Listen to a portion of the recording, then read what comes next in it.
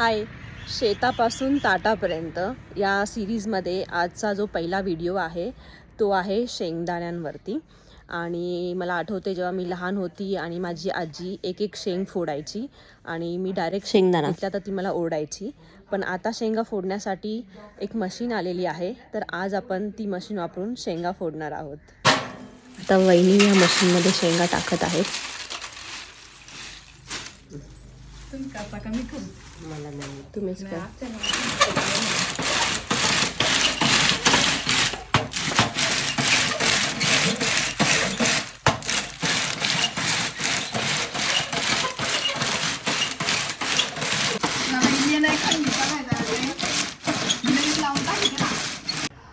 खूप पटकन होतात शेंगा फोडून, पण टरफाला आणि शेंगदाणे असे एकत्र होतात. मग घोळून जे आहे ते टरफाले वेगळी करावे लागतात आणि त्यानंतर खाली शेंगा राहतात, त्याला आपल्याला नंतर पाकडून घ्यावं लागतं.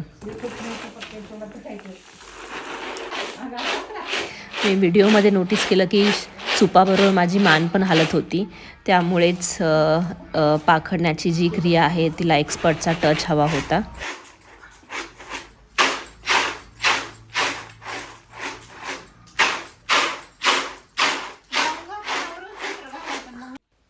अन्न उष्ट टाकताना किंवा फेकून देताना ही पूर्ण प्रोसेस डोळ्यासमोर दिसेल आणि तिच्या मागे घेतलेली मेहनत पण, तर त्याचे प्रमाण नक्कीच कमी होईल. अशा प्रकारे तयार झालेले आहेत शेंगदाणे.